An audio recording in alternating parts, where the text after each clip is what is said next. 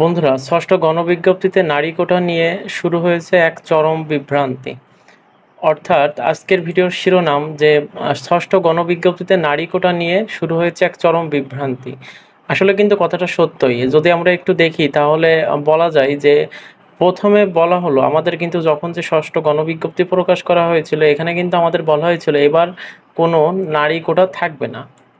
এই কথা কিন্তু আমাদেরকে বলা হয়েছিল যে এবার কোনো নারী কোটা থাকবে না। অথচ অনলাইনে আবেদন করতে গেলে আপনারা অনলাইনে আবেদন করছেন কিনা আমি জানি না। যদি কেউ আবেদন করে থাকেন আজকে বা আবেদন ফর্ম ওপেন করে থাকেন তাহলে দেখবেন যে সেখানে দেখা যাচ্ছে নারী কোটা আ সেখানে দে সেখানে আমরা দেখতে পাচ্ছি যে নারী কোটা এখনো দেখা যাচ্ছে। এই জিনিসটা আপনারা একটু খেয়াল করবেন যে সেখানে কিন্তু নারী কোটা এখনো দেখা যাচ্ছে। আমি এটি একটু মার্ক করে দিই যে নারী কোটা থাকবে না। বাট যদি আমরা অনলাইনে আবেদন করতে যাই সেখানে কিন্তু এখন নারী কোটা দেখা যাচ্ছে। তাহলে আসল সত্যটা কি? আজকের ভিডিওতে আমরা দেখব এই দ্বন্দ্বের পেছনে কি কারণ থাকতে পারে। আমাদের যে এই যে বিষয়টি আমরা আবেদন করার সময় দেখতে পাচ্ছি যে আমাদের ওই অনলাইন আবেদন ফর্মে নারী কোটা আছে। তো এই নারী কোটা থাকার পিছনের কারণ কি? এইটা আমরা আজকে দেখব। তো ২০২৫ সালে আমি যদি তার আগে একটু কথা বলে নিই। আমি যদি আমাদের সেই ষষ্ঠ যে নিয়োগ সুপারিশ যে বিজ্ঞপ্তিটি ছিল, এটা যদি আমি একটু ওপেন করি তাহলে আমরা এখানে কিন্তু দেখতে পাবো, আমি এটা মার্কিং করে আপনাদের দেখাই। এখানে কিন্তু বলে দেয়া ছিল যে কোনো মহিলা কোটা থাকবে না। দেখছেন? এখানে কিন্তু বলা ছিল যে কোনো মহিলা কোটা থাকবে না।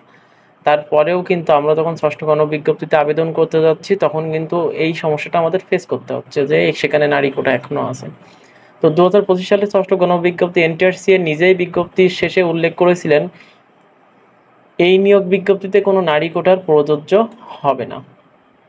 বিজ্ঞপ্তির সেই অংশের যদি স্ক্রিনশটটা আমরা তুলে ধরে হাইলাইট করতে চাই তাহলে আমরা এই অংশটা কিন্তু আমরা অবশ্যই দেখতে পাই যে মাধ্যমিক উচ্চ মাধ্যমিক বিভাগ শিক্ষা মন্ত্রণালয়ের স্মারক এত নম্বর আর কি তারিখে বলা হয়েছিল তারিখ 15ই মে 2025 মোতাবেক কোনো মহিলা কোটা থাকবে না। বাট আমরা ইতিমধ্যে দেখতে পাচ্ছি যে আমাদের আবেদনের সময় নারী কোটা আছে। পরবর্তীতে আমরা যে বিষয় নিয়ে আলোচনা করব সেটা হচ্ছে আবেদন ফর্মে যখন আপনি অনলাইনে ঢুকছেন তখন দেখা যাচ্ছে কোটা সিলেকশনের ঘরে নারী অপশান আছে। এই বিভ্রান্তিকর কারণের বিজ্ঞপ্তি কোনো কোটা নেই বলা হলেও ফর্মে দেখা যাচ্ছে এখনও সিলেক্ট করা যাচ্ছে। এই দ্বন্দ্বের পেছনে আসলে আমাদের যে বিভ্রান্তিটি তৈরি হয়েছে এর পিছনে মেন কারণ কি? যেটা আমরা দেখি আবেদন ফর্মে আগের ৫ম গণবিজ্ঞপ্তি রয়ে গেছে। এর পিছনের যে মেন কারণগুলো এগুলো যদি আমরা একটু বিবেচনা করে দেখি বা পর্যালোচনা করি তাহলে হয়তোবা এই কারণেগুলো এই কিছু যে কারণ এই কারণগুলোর জন্য হয়তোবা এখনো ষষ্ঠ গণবিজ্ঞপ্তিতে আপনার আবেদন ফর্মে নারী কোটা এখনো আছে। সেটা হচ্ছে কি আবেদন ফর্মে আগের ৫ম বিজ্ঞপ্তির সেটিং রয়ে গেছে এবং আ ফর্মের সফটওয়্যারের হালনাগাদ হয়নি। মানে সফটওয়্যারটা এখনো ষষ্ঠ গণবিজ্ঞপ্তির জন্য আপডেট করা হয়নি বা ষষ্ঠ গণবিজ্ঞপ্তির জন্য আপডেট করা হলেও হয়তোবা সফটওয়্যারের ভিতরে কোনো বাগ থেকে গেছে। আম বাগ অর্থাৎ আরকি ইঞ্জিনিয়ারিং ভাষায় বাগ বলে, যেটার অর্থ হচ্ছে কোনো সমস্যা থেকে গিয়েছে। আ অথবা বিজ্ঞপ্তিতে কোনো কোটা নেই বলা হলেও সিদ্ধান্ত এখনো পূর্ণাঙ্গ কার্যকর হয়নি। অথবা হচ্ছে এনটিআরসি-এ উনারা বলেছিলেন যে কোনো নারী কোটা থাকবে না। তারপরেও এমন কিছু হতে পারে যে উনারা যে সিদ্ধান্ত নিয়েছিলেন এই সিদ্ধান্তটা এখনো সঠিকভাবে কার্যকর হয়নি। তো আমার সেই ক্ষেত্রে বলতে গেলে আমার মনে হয় যে যদি সেই সিদ্ধান্তটা এখনো কার্যকর না হয় তাহলে তো আমাদের আবেদনের ডেট দিয়ে আমাদের তো আবেদন করতে বলার কোনো দরকারই ছিল না। এনটিআরসি আরও ১ সপ্তাহ সময় নিত। তাতে তো ১৮তম নিবন্ধনধারীদের এত সময় যখন তারা লস করতে পারলেন, তো শেষ মুহূর্তে তো ১০ দিন, ১৫ দিন বা ১ সপ্তাহের জন্য তাদের আহামরি কোনো সমস্যা হতো না। তাই না? আর যেহেতু আবেদন ফর্মে যখন আমাদের আবেদন করার জন্য অনলাইনে বলা হয়েছে, সেহেতু তো ওনারা কিন্তু আগে টেস্ট করার জন্য ওনারা কিন্তু একবার আমাদের এনটিআরসি ওয়েবসাইটে গেলে আমরা দেখতে পাই যে দেখতে পেয়েছিলাম আরকি পূর্বে যে ওখানে কিন্তু ষষ্ঠ গণবিজ্ঞপ্তি আবেদনের যে অ্যাপ্লিকেশন ফর্মটি সেটা কিন্তু ওপেন করা হয়েছিল। জাস্ট ওনারা হচ্ছে সফটওয়্যারের যে বিষয়টা ওনারা টেস্টিং এর বিষয়টা করে নিয়েছিলেন। তারপরেও যে কেন এই সমস্যাটা থাকলো এটা আসলে এনটিআরসি নিজেরাও ছাড়া কেউ বলতে পারবেন না।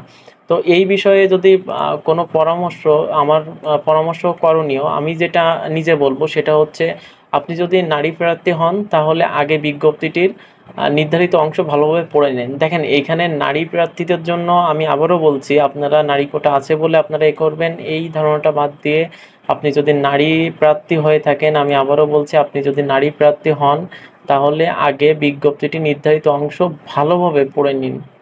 দেখেন আমি আবারও বলছি কিন্তু ভালোভাবে পড়ে নিন। চূড়ান্ত নিশ্চয়তার জন্য এনটিআরসিএ হেল্পলাইনে যোগাযোগ করুন অথবা ওয়েবসাইটে অফিসিয়ালি আপডেট দেখুন। দেখেন আপনারা একটু অপেক্ষা করেন, বা আপনারা হচ্ছে এনটিআরসি যে হেল্পলাইন আছে ওখানে কন্ট্যাক্ট নম্বর আছে না ওনাদের, তো আপনারা ওখানে একটু যোগাযোগ করে দেখেন, ওখানে কথা বলেন, দেখেন ওনারা কি বলে। আর এই বিষয়টা আসলে আমি আপনাদের সরাসরি এমটিআরসির ওয়েবসাইটে যেখানে আবেদন করতে হবে সেখান থেকে আমি দেখাতে পারতাম, আমার কাছে ইউজার আইডি পাসওয়ার্ড সবই আছে, আমি যেতে পারতাম। বাট মানে পাবলিক প্লেসে এগুলো হয়তো বা দেখানো ঠিক হবে না, যে কারণে আমি দিচ্ছি না। বাট আমি আজকে 12টার পরে আমি কয়েকজনের কাছ থেকে এই বিষয়টা জানতে পারছি, দেন আপনাদেরকে আমি ভিডিওটি করলাম। তাহলে আপনাদের মত কি?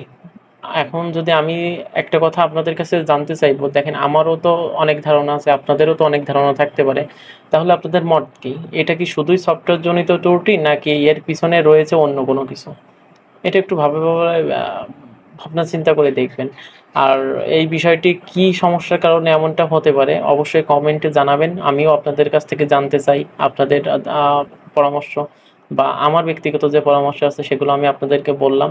তো সবার জন্য শুভকামনা এবং আপনারা ভালো থাকবেন এবং আমার আইসিটি ইনফরমেশন ইউটিউব চ্যানেলটি সাবস্ক্রাইব করবেন। ধন্যবাদ।